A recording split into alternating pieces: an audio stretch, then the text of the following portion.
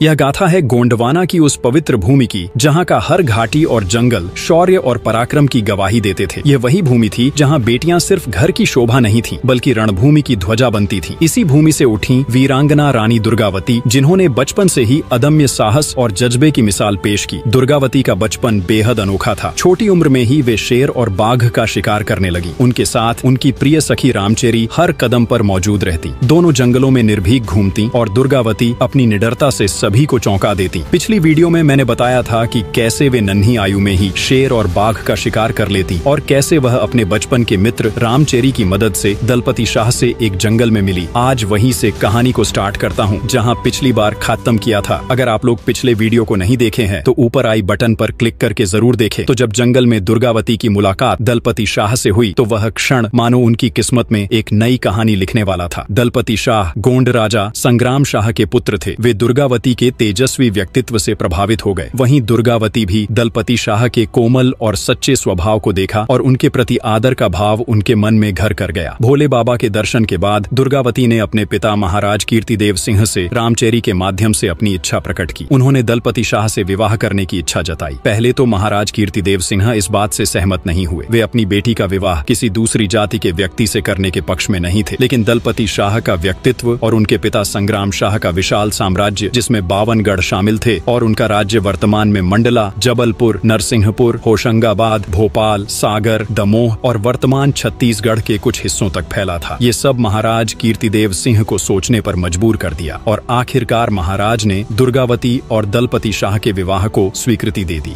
तब साल 1542 में दुर्गावती और दलपति शाह का विवाह संपन्न हुआ और इसी के साथ दुर्गावती अब रानी दुर्गावती बन गई। उनका नया जीवन शुरू हो चुका था। 3 साल बाद 1545 में रानी दुर्गावती ने एक पुत्र को जन्म दिया जिसका नाम वीर नारायण रखा गया। रानी दुर्गावती का जीवन अब सिर्फ उनके परिवार तक सीमित नहीं था। गोंड साम्राज्य की रानी बनने के बाद वे पूरे राज्य की माँ, मार्गदर्शक और रक्षक बन चुकी थीं। लेकिन जहाँ साल 1545 में एक और पुत्र प्राप्ति की खुशी हुई तो वहीं एक और दुख की खबर भी आ गई। हुआ ये था कि गोंड राजवंश और चंदेल राजपूतों के मेल ने कई राजनैतिक समीकरण बदल दिए थे। इस मेल ने शेरशाह सूरी को चौंका दिया, जो अपनी सत्ता का विस्तार करते हुए हर किसी को अपने अधीन करना चाहता था। मैं यहाँ बताता चलूं कि शेरशाह सूरी, जिनका असली नाम फरीद खान था, एक कुशल शासक और रणनीतिकार के रूप में इतिहास में दर्ज है। पठान वंश में जन्मे शेरशाह ने बाबर की सेना में एक साधारण सैनिक के रूप में अपने करियर की शुरुआत की थी। अपनी लगन और सूझबूझ के चलते उन्होंने न केवल बाबर का विश्वास जीता बल्कि धीरे धीरे बिहार का राज्यपाल बनते हुए खुद को एक ताकतवर नेता के रूप में स्थापित कर लिया। 1530 में बाबर की मृत्यु के बाद जब हुमायूं दिल्ली की गद्दी पर बैठे, शेरशाह ने अपने लिए नए अवसर ढूंढने शुरू कर दिए। 1539 में चौसा की लड़ाई और 1540 में कन्नौज की लड़ाई में शेरशाह ने हुमायूं को हराकर उसे भारत छोड़ने पर मजबूर कर दिया। इसके बाद शेरशाह ने सूरी साम्राज्य की नींव रखी और अपने कुशल प्रशासन और युद्ध कौशल से उत्तर भारत पर अपना प्रभुत्व स्थापित किया। लेकिन शेरशाह का असली आक्रोश तब भड़का जब चंदेल राजा कीर्तिदेव सिंह ने बघेल राजा वीरभान को अपने राज्य में शरण दी। यह परोपकारी कदम शेरशाह को नागवार गुजरा। अपने साम्राज्य के खिलाफ इसे एक चुनौती मानते हुए उन्होंने चंदेलों की राजधानी कालिंजर किले को घेर लिया। शेरशाह की पहली मांग स्पष्ट थी, राजा वीरभान को आत्मसमर्पण करना होगा। लेकिन राजा कीर्तिदेव सिंह ने इस प्रस्ताव को ठुकरा दिया। उनके इस निर्णय ने शेरशाह को क्रोधित कर दिया और उसने कालिंजर किले पर जोरदार हमला शुरू कर दिया। किला दुर्जेय था। अपनी मजबूत दीवारों और किलेबंदी के कारण इसे जीत पाना आसान नहीं था। शेरशाह ने इसे तोड़ने के लिए तोपों का सहारा लिया, लेकिन भाग्य को शायद कुछ और ही मंजूर था। एक दिन जब तोप से गोलाबारी हो रही थी तभी अचानक एक भीषण विस्फोट हुआ। इस हादसे में शेरशाह बुरी तरह घायल हो गए। अपने जीवन के अंतिम क्षणों में उन्होंने अपने बेटे इस्लाम शाह को सेना की कमान सौंपी। इस्लाम शाह ने जैसे तैसे कालिंजर किले पर विजय प्राप्त की और राजा कीर्तिदेव सिंह को बंदी बना लिया। इस्लाम शाह ने विजय के बाद अपने पिता की मृत्यु का बदला लेने की ठानी। राजा कीर्तिदेव सिंह को कैद खाने में लाया गया और उनसे उनकी अंतिम इच्छा पूछी गई। इस्लाम शाह ने कहा, राजा कीर्तिदेव, मृत्यु से पहले कोई अंतिम इच्छा है? राजा कीर्तिदेव सिंह ने ठंडे स्वर में कहा, मुझे कुछ नहीं चाहिए। इस पर इस्लाम शाह ने व्यंग्य करते हुए कहा, सुना है महोबा का पान तुम्हें बहुत पसंद है, मंगवाऊं? राजा ने गर्व से जवाब दिया, अब मैं पान नहीं खाऊंगा, अब मैं तेरी तलवार खाऊंगा। इस उत्तर से इस्लाम शाह क्रोधित हो गया। उसने अपनी तलवार निकाली और एक ही वार में राजा कीर्तिदेव सिंह का सिर धड़ से अलग कर दिया। कालिंजर के पतन और पिता की मृत्यु की खबर जब रानी दुर्गावती तक पहुंची तो उनके हृदय पर गहरी चोट लगी। पिता की निर्मम हत्या और कालिंजर के पराजय की कहानी कहानी सुनकर वह पूरी तरह टूट गईं। उनकी आंखों से आंसुओं की धारा रुकने का नाम नहीं ले रही थी। अपने पिता की मृत्यु ने उन्हें न केवल एक बेटी के रूप में बल्कि अपने राज्य के लिए भी अनाथ कर दिया था। दुर्गावती ने पूरे दिन अन्न और जल को हाथ तक नहीं लगाया। दलपति शाह, जो स्वयं इस घटना से व्यथित थे, ने हर संभव प्रयास किया कि रानी को सांत्वना दी जाए। अगले दिन उन्होंने पंडितों को बुलवाया। पिता की आत्मा की शांति के लिए पिंडदान और श्राद्ध का आयोजन हुआ। प्रजा ने भी इस दुख में हिस्सा लिया और महाराज कीर्तिदेव सिंह को भावभीनी श्रद्धांजलि दी। लेकिन रानी दुर्गावती का मन अभी भी अशांत था। उनके भीतर अपने पिता के खोने का गम और कालिंजर के पराभव की पीड़ा गहराई तक घर कर गई थी। दलपति शाह ने दुर्गावती को संभालने की बहुत कोशिश की। उन्होंने तरह तरह के उपाय किए कि रानी का ध्यान दूसरी ओर लगाया जाए, लेकिन दुर्गावती का चित्त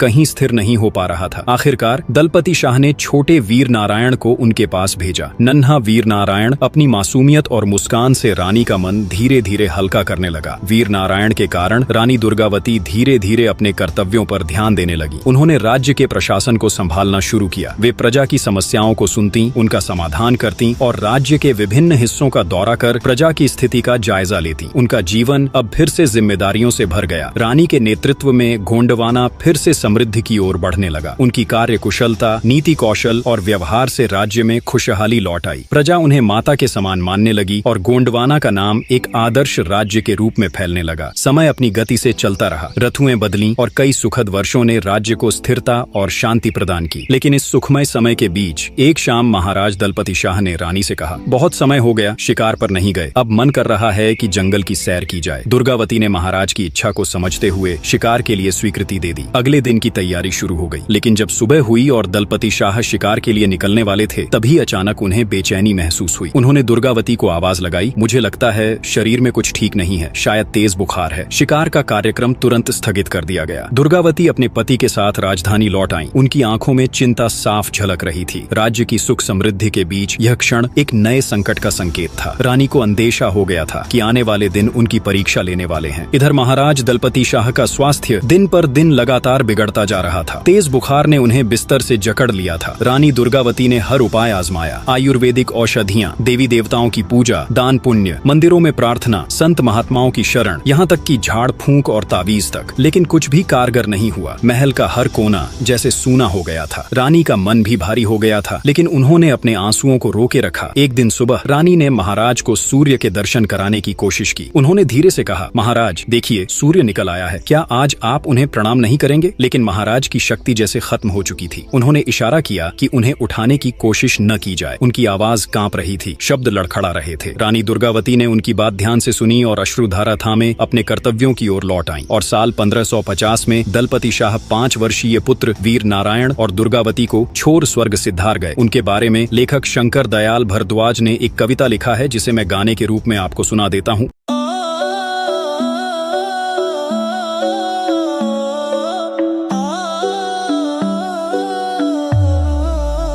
छूट रहे थे प्राण पिया, कैसे हर उठी थी रानी, आंखों से बहते अश्रु उठी वाकुल वीरांगना रानी।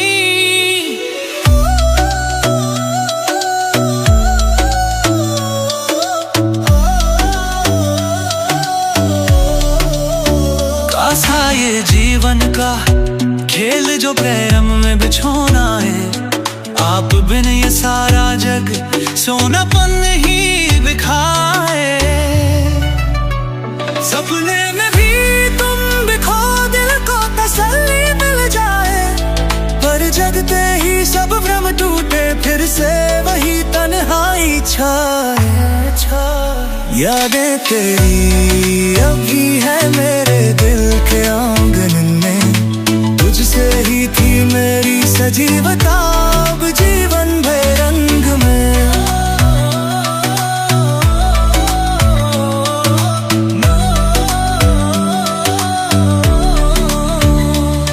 हर पल मैं ये सोचूं,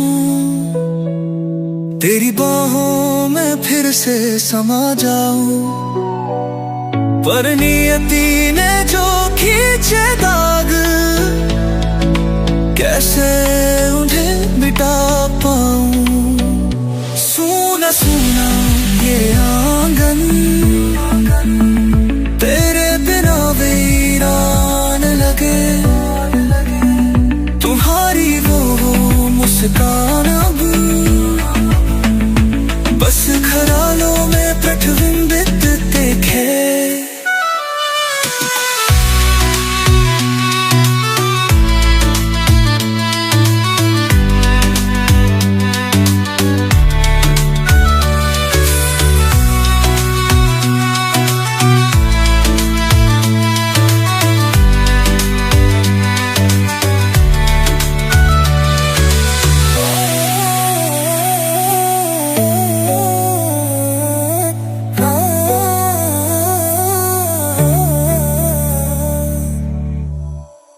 उम्मीद है आपको गाना पसंद आया होगा। आगे महाराज दलपति शाह के निधन का समाचार जंगल में आग की तरह पूरे राज्य में फैल गया। गोंडवाना की प्रजा शोक में डूब गई। महल में रोने की आवाजें गूंज रही थीं। पास खड़े चंद्र सिंह फूट फूट कर रो रहे थे, जबकि आधार सिंह महाराज की मरघट की तैयारियों में जुट गए। चंद्र सिंह ने रोते हुए रानी दुर्गावती से कहा, भाभी सब खत्म हो गया, आपके बिना यह राज्य अधूरा हो जाएगा, लेकिन कुल की परंपरा निभाना भी हमारा कर्तव्य है। रानी ने गंभीरता से उत्तर दिया, देवर जी अपने ज्येष्ठ भ्राता की मरघट पर ध्यान दो, मेरे कर्तव्य का निर्णय मुझ पर छोड़ दो। कुछ समय बाद यह घोषणा की गई कि रानी दुर्गावती सती नहीं होंगी। महाराज दलपति शाह ने स्वयं उन्हें आदेश दिया था कि जब तक वीर नारायण सिंहासन संभालने योग्य न हो जाएं, रानी को राज्य का दायित्व निभाना होगा। इस निर्णय ने शोक में ग्रस्त प्रजा को एक नया जोश दिया। कुछ दिनों के बाद राज्याभिषेक की तैयारियां शुरू हो गईं। वीर नारायण को राजा का पद सौंपा गया और रानी दुर्गावती उनकी संरक्षिका बनी। हालांकि जब चंद्र सिंह ने विधवा के रूप में रानी को देखा तो उनकी आंखें भर आईं। उन्होंने रानी से कहा, भाभी जी यह वेश परंपरा के अनुकूल नहीं है। रानी ने शांत स्वभाव से उत्तर दिया, आपको जो सही लगे वह करें, लेकिन मैं अपनी जिम्मेदारियों से पीछे नहीं हट सकती। आप सोच रहे हो जो दुर्गावती अपने सहेली रामचेरी के साथ कितने मस्त मौला मस्ती करती थी, वो दुर्गावती को उस समय कितना ट्रोल सहना पड़ रहा होगा, क्योंकि उस समय की आम धारणा था कि अगर पति की मृत्यु हो जाती है तो पत्नी भी उसी चिता पर अपने आप को समाप्त कर ले। ऐसा नहीं करना। कितना साहस भरे कदम थे आप लोग, एक बार इमेजिनेशन करके देखो। खैर, इस विषम परिस्थिति में आधार सिंह ने रानी की हर संभव सहायता की। रानी दुर्गावती के साहस, दृढ़ता और सूझबूझ ने गोंडवाना को फिर से संभाल लिया। वीर नारायण को नीति और युद्ध कला की शिक्षा दी जाने लगी। रानी ने न केवल उनकी शिक्षा दीक्षा का ध्यान रखा, बल्कि प्रजा को भी अपने बच्चों की तरह संभालना शुरू कर दिया। गोंडवाना राज्य को जो दुर्बल समझने लगे थे, उनको रानी ने भ्रम से बाहर निकाल फेंका। उन्होंने कड़े कदम उठाकर सभी को यह संदेश दिया कि गोंडवाना को आंख दिखाना असंभव है। सेना का पुनर्गठन, सैनिकों का प्रशिक्षण और राज्य की सुरक्षा के लिए युद्ध नीतियों पर स्वयं नजर रखी। रानी की कुशलता से गोंडवाना की प्रतिष्ठा चारों ओर फैल गई। राज्य में सुख समृद्धि लौट आई। प्रजा ने रानी को मां का दर्जा दे दिया। ऐसे ही एक बार जब गढ़ा राज्य में भयंकर अकाल पड़ा तो रानी ने खजाने का दरवाजा प्रजा के लिए खोल दिया। उन्होंने राज्य में शिक्षा, स्वास्थ्य और रोजगार के लिए कई योजनाएं शुरू की। धर्मनिरपेक्षता उनकी नीति का एक अहम हिस्सा थी। सभी धर्मों के लोगों ने मिलकर राज्य के विकास में योगदान दिया। रानी दुर्गावती की नेतृत्व क्षमता और प्रजा के प्रति उनका समर्पण गोंडवाना को एक आदर्श राज्य बना रहा था। रानी दुर्गावती का राज्य पूर्व से पश्चिम तक लगभग 300 मील और उत्तर से दक्षिण तक 160 मील तक विस्तृत था। इस विशाल क्षेत्र में नगर, शहर और अजेय किले शामिल थे। उनके राज्य में गोंड जनजाति के लोग बड़ी संख्या में बसते थे, जो मुख्यतः गांवों में रहते थे। कुल 23,000 गांवों में से लगभग 12,000 गांव सीधे रानी के नियंत्रण में थे, जबकि बाकी उनके जागीरदारों के अधीन थे। उनकी सेना में 20,000 घुड़सवार, 1,000 युद्ध हाथी और पैदल सैनिकों की एक विशाल टुकड़ी शामिल थी, जो राज्य की सुरक्षा और व्यवस्था बनाए रखने में सक्षम थी। रानी दुर्गावती ने मालवा के शासक बाज बहादुर को कई बार पराजित किया था। शेर शाह सूरी की मृत्यु के बाद कालिंजर के किले की लड़ाई ने मालवा की राजनीति में बड़ा बदलाव लाया। मालवा पर सुजात खान का अधिकार स्थापित हुआ और उसके बाद उसका बेटा बाज बहादुर मालवा का शासक बना। बाज बहादुर ने अपने शासन को सफलतापूर्वक आगे बढ़ाया और क्षेत्र में अपनी शक्ति को मजबूत किया। गोंडवाना राज्य, जो मालवा की सीमाओं को छूता था, उस समय अपनी ख्याति के चरम पर था। रानी दुर्गावती की प्रजा में लोकप्रियता और उनकी वीरता के किस्से दूर दूर तक फैल चुके थे। यह सुनकर बाज बहादुर ने रानी को एक महिला शासक समझकर कमजोर आंका। उसने यह मान लिया कि एक स्त्री के नेतृत्व वाले राज्य को पराजित करना आसान होगा। अपने इसी भ्रम में उसने गोंडवाना पर आक्रमण करने की योजना बनाई। बाज बहादुर को इतिहास में उनकी प्रेमिका रानी रूपमती के प्रति प्रेम के लिए भी जाना जाता है, लेकिन इस समय उनका ध्यान केवल गोंडवाना को जीतने पर था। वर्ष 1556 में बाज बहादुर ने अपनी विशाल सेना के साथ गोंडवाना पर हमला कर दिया, लेकिन रानी दुर्गावती ने न केवल इस चुनौती को स्वीकार किया, बल्कि अपने अदम्य साहस और नेतृत्व से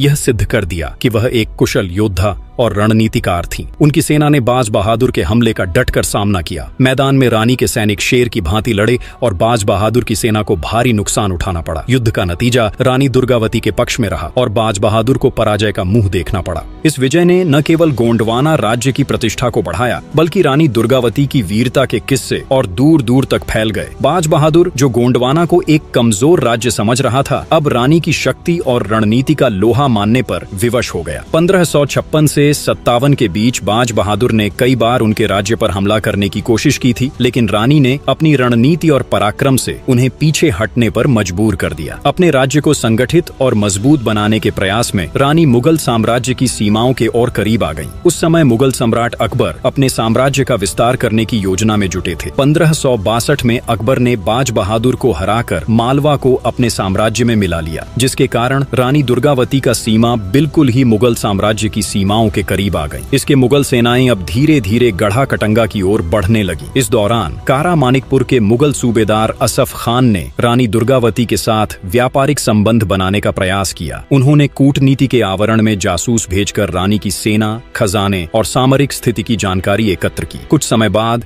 असफ खान ने सीमावर्ती गांवों पर छापे मारने शुरू कर दिए। 1564 में उन्होंने एक विशाल मुगल सेना के साथ गढ़ा कटंगा पर आक्रमण कर दिया। उनके पास 10,000 घुड़सवार, पैदल सैनिक और तोपखाने की शक्ति थी। इस समय रानी की सेना के कुछ सैनिक देहात में तैनात थे, जबकि कुछ छुट्टी पर थे। ऐसे में गोंड सेना पूरी तरह से तैयार नहीं थी। रानी के प्रमुख मंत्री आधार सिंह ने सलाह दी कि इतनी शक्तिशाली मुगल सेना के सामने युद्ध से बचा जाए और बातचीत का मार्ग अपनाया जाए, लेकिन रानी दुर्गावती के लिए यह सुझाव अस्वीकार्य था। उन्होंने दृढ़ता से कहा, अपमान और हार के साथ जीने से बेहतर है कि प्रतिष्ठा के साथ मृत्यु को गले लगाया जाए। रानी ने अपने सैनिकों को संगठित करना शुरू कर दिया और लड़ाई के लिए तैयार हो गई। उनके लिए यह युद्ध केवल अपने राज्य की रक्षा का नहीं, बल्कि आत्मसम्मान और स्वतंत्रता का सवाल था। अगले दिन ही मुगल सेना ने गढ़ा कटंगा को घेरना शुरू कर दिया। रानी दुर्गावती ने मुश्किल हालात में भी हिम्मत नहीं हारी। केवल 500 सैनिकों की छोटी सी टुकड़ी के साथ उन्होंने मुगलों का सामना करने की ठान ली। पहाड़ियों और घने जंगलों के बीच से गुजरते हुए उन्होंने रास्ते में अपने बिखरे हुए सैनिकों को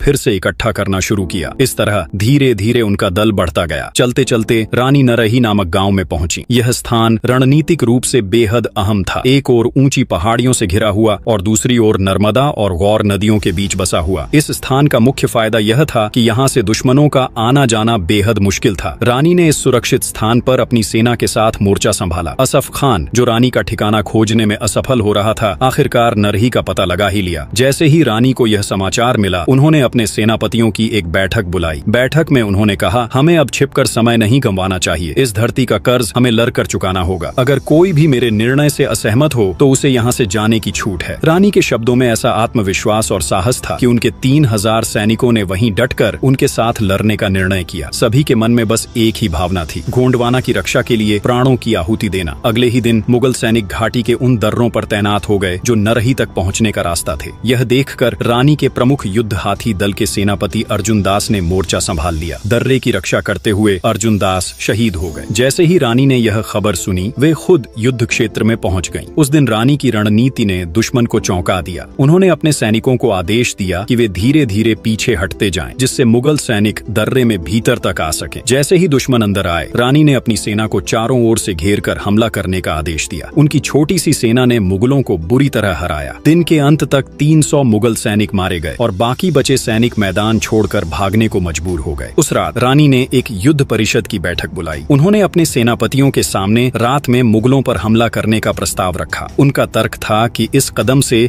मुगलों को अपनी तोपें घाटी के भीतर लाने से रोका जा सकता है, क्योंकि रानी को कहीं न कहीं यह अंदेशा हो रहा था कि अगले दिन ही आसिफ खान तोपों को दर्रे के भीतर ले आएगा। लेकिन उनके सेनापतियों ने इस योजना को खारिज कर दिया, क्योंकि वे रात के अंधेरे में जोखिम उठाने से डर रहे थे। रानी ने उनकी बात मान ली, लेकिन उनके मन में कहीं न कहीं यह ख्याल था कि इस अवसर का फायदा उठाना चाहिए था। अगले दिन रानी दुर्गावती की आशंका सच साबित हुई। असफ खान ने अपनी विशाल तोपों को दर्रे के भीतर ले आने का आदेश दे दिया। दुश्मन की इस चाल ने रानी को और सतर्क कर दिया। उन्होंने तुरंत युद्ध का मैदान संभालने का निर्णय लिया। अपने बख्तरबंद कवच से लैस और अपने प्रिय युद्ध हाथी सरमन पर सवार होकर रानी दुर्गावती और उनके बेटे वीर नारायण ने सेना की कमान संभाली। उनकी रणनीति और वीरता ने मुगलों को 3 बार पीछे हटने पर मजबूर कर दिया। दुर्गावती की सेना ने इतनी बहादुरी दिखाई कि दुश्मन हताश होने लगा। लेकिन इस बीच दुश्मन के विशाल सैन्य बल का असर दिखने लगा। दोपहर के करीब वीर नारायण को गहरे घाव लग गए। उनकी हालत गंभीर हो गई थी और उन्हें युद्ध क्षेत्र से बाहर एक सुरक्षित जगह पर हटाना पड़ा। यह दृश्य रानी के लिए बेहद दर्दनाक था, लेकिन उन्होंने अपने कर्तव्य को प्राथमिकता दी। रानी ने अपना संकल्प नहीं तोड़ा और युद्ध का नेतृत्व जारी रखा। उनके साहस से प्रभावित होकर उनकी सेना में जोश भर गया। रानी दुर्गावती अपने हाथों में तलवार लिए दुश्मनों का संहार कर रही थीं। तभी एक तीर उनकी दाहिनी कनपटी में आकर लगा। दर्द सहते हुए भी उन्होंने तलवार नहीं छोड़ी और दुश्मनों का सामना करती रहीं। लेकिन दुर्भाग्य से दूसरा तीर उनकी गर्दन पर आ लगा। रक्त की धारा उनकी गर्दन से बहने लगी। उनका चेहरा लाल हो गया, लेकिन उनकी आंखों में अब भी अदम्य साहस की चमक थी। उन्होंने देखा कि मुगलों की सेना अब भी भारी संख्या में आगे बढ़ रही थी। घायल और कमजोर होते हुए भी रानी दुर्गावती ने अपने हाथी सरमन को आदेश दिया कि वह दुश्मनों की पंक्ति को तोड़ने में मदद करे। सरमन अपनी सूंड में घंटा बजाते हुए दुश्मनों को रौंदने लगा, लेकिन मुगल सैनिकों ने दूर से बाण वर्षा शुरू कर दी। रानी का शरीर बुरी तरह घायल था। उनके चेहरे और गर्दन से लगातार खून बह रहा था, लेकिन यह अद्भुत था कि उनकी तलवार अब भी दुश्मनों के सर कलम करती जा रही थी। ऐसा लग रहा था जैसे वे युद्ध भूमि में मृत्यु का नृत्य कर रही हों। मुगल सैनिक भयभीत होकर पीछे हटने लगे। इसी बीच रानी ने अपने मंत्री आधार सिंह को रोते हुए देखा। वे बोली, आधार, अब मेरा युद्ध समाप्त हो गया है। मेरा शरीर जवाब दे रहा है। गले की नस से बहता खून मेरे जीवन की आखिरी बूंदें हैं। अब मेरे पास अधिक समय नहीं है। दुश्मनों को मेरी मृत्यु के बाद मेरी देह तक पहुंचने का अवसर मत देना। मैं तुम्हें आदेश देती हूँ, मुझे इस कष्ट से मुक्त करो। आधार सिंह का चेहरा आंसुओं से भीग गया। वे बोले, रानी माँ, मैं ऐसा कभी नहीं कर सकता। मैं आपके आदेश की अवहेलना करूंगा, लेकिन आपको नहीं मरने दूंगा। आप ही हमारी शक्ति हैं। दुर्गावती ने बेसुध होते हुए अंतिम बार कहा, आधार, अब मूर्खता मत करो। मेरा जीवन समाप्त हो चुका है। अगर मेरी देह दुश्मनों के हाथ लगी तो यह हमारे सम्मान का अंत होगा। लेकिन आधार सिंह से यह नहीं हो पाया। धीरे धीरे मुगल सेना रानी की नजदीक आ रहे थे, इसलिए रानी दुर्गावती ने अंतिम बार खुद की तलवार को उठाया और पूरे जोश के साथ कहा, महाराज, मैंने अपना जीवन आपके वचन और राज्य की रक्षा में समर्पित किया। अब मैं इस धरती पर अपनी अंतिम सांस लेते हुए सबसे सुंदर मृत्यु का वर्ण कर रही हूँ। समर मरण से बढ़कर कोई मृत्यु नहीं। गढ़ा राज्य और इस पावन धरा को मेरा आखिरी प्रणाम। इतना कहते हुए उन्होंने तलवार को अपने सीने पर जोर से प्रहार किया। तलवार उनकी छाती को चीरते हुए पीछे की ओर निकल गई। उनकी आंखों में अब भी वीरता का तेज था और उनका शरीर धरती पर गिर गया। रानी दुर्गावती ने अपनी जान देकर यह सुनिश्चित किया कि दुश्मन जीते जी उनके शरीर को छू तक न सके। उधर वीर नारायण, जो बुरी तरह घायल था, किसी तरह चौरागढ़ पहुंच गया। जैसे ही वहां रानी के बलिदान की खबर पहुंची, पूरा किला शोक में डूब गया। हर ओर करुण विलाप सुनाई देने लगा। ऐसा लग रहा था मानो चौरागढ़ का हर कण दुहक में डूबा हो। रामचेरी, रानी के सबसे भरोसेमंद साथी, बार बार अचेत हो रहे थे, लेकिन वीर नारायण ने अपनी आंखों में आंसू पोंछकर प्रतिशोध की ज्वाला को प्रज्वलित किया। 50 दिन भी नहीं बीते थे कि मुगल सेनापति आसफ खान ने चौरागढ़ पर चढ़ाई कर दी। वीर नारायण ने पूरी बहादुरी के साथ युद्ध किया। हालांकि चौरागढ़ की सेना के पास तोपों की कमी थी, जो मुगलों की ताकत के सामने एक बड़ी कमजोरी साबित हुई। आसफ खान ने आत्मसमर्पण का संदेश भेजा, लेकिन वीर नारायण ने गर्व से इनकार कर दिया। उन्होंने कहा, जिस युद्ध में मेरी माँ ने अपने प्राण देकर भी दुश्मन के आगे सिर नहीं झुकाया, मैं उसी दुर्गावती का पुत्र हूँ। मैं कभी आत्मसमर्पण नहीं करूंगा। रामचेरी को यह आभास हो गया था कि अब युद्ध को जीत पाना असंभव है। उन्होंने किले की नारियों के साथ जौहर करने का निर्णय लिया ताकि उनकी पवित्रता पर कोई आंच न आए। वीर नारायण ने आदेश दिया और किले के भीतर नारियों ने अग्नि में कूदकर अपने प्राण त्याग दिए। किले में बचे सैनिक जो जौहर का सहयोग कर रहे थे, सुरंगों से बाहर निकल गए। वीर नारायण ने किले से बाहर निकलकर आखिरी सांस तक मुगलों से लड़ाई की, लेकिन अंततः वह भी वीर गति को प्राप्त हो गए। आसफ खान ने चौरागढ़ पर कब्जा कर लिया। लूट में उसे सोने की ईंटें, अनगिनत मोहरें, बेशकीमती हीरे जवाहरात और हजारों हाथी मिले, लेकिन लालच में आकर उसने अधिकांश लूट को खुद रख लिया। उसने अकबर को बहुत कम हिस्सा भेजा और गोंडवाना का सुल्तान बनने की योजना बनाने लगा। जब अकबर को इसकी सच्चाई पता चली तो उसने तुरंत आसफ खान को दिल्ली बुलाया। लंबे समय तक टाल मटोल के बाद जब आसफ खान दिल्ली पहुंचा तो अकबर ने गद्दारी का आरोप लगाते हुए उसे सजाए मौत दे दी। आसफ खान के शरीर के 2 टुकड़े कर दिए गए। इस प्रकार 16वीं शताब्दी की यह महागाथा रानी दुर्गावती के बलिदान, उनकी बहादुरी और स्वाभिमान की करुण गाथा बन गई। गोंडवाना की वीरभूमि के अमर शब्द विश्व के करुण इतिहास में हमेशा गूंजते रहेंगे। उम्मीद है आप लोगों को रानी दुर्गावती की गाथा पसंद आया होगा। आप लोग अगर यहाँ तक वीडियो देख लिए है तो मैं आपसे एक विशेष निवेदन करता हूँ, कमेंट करके जरूर बताएं कि रानी दुर्गावती की इस प्रेरणादायक गाथा के बाद आप किस वीर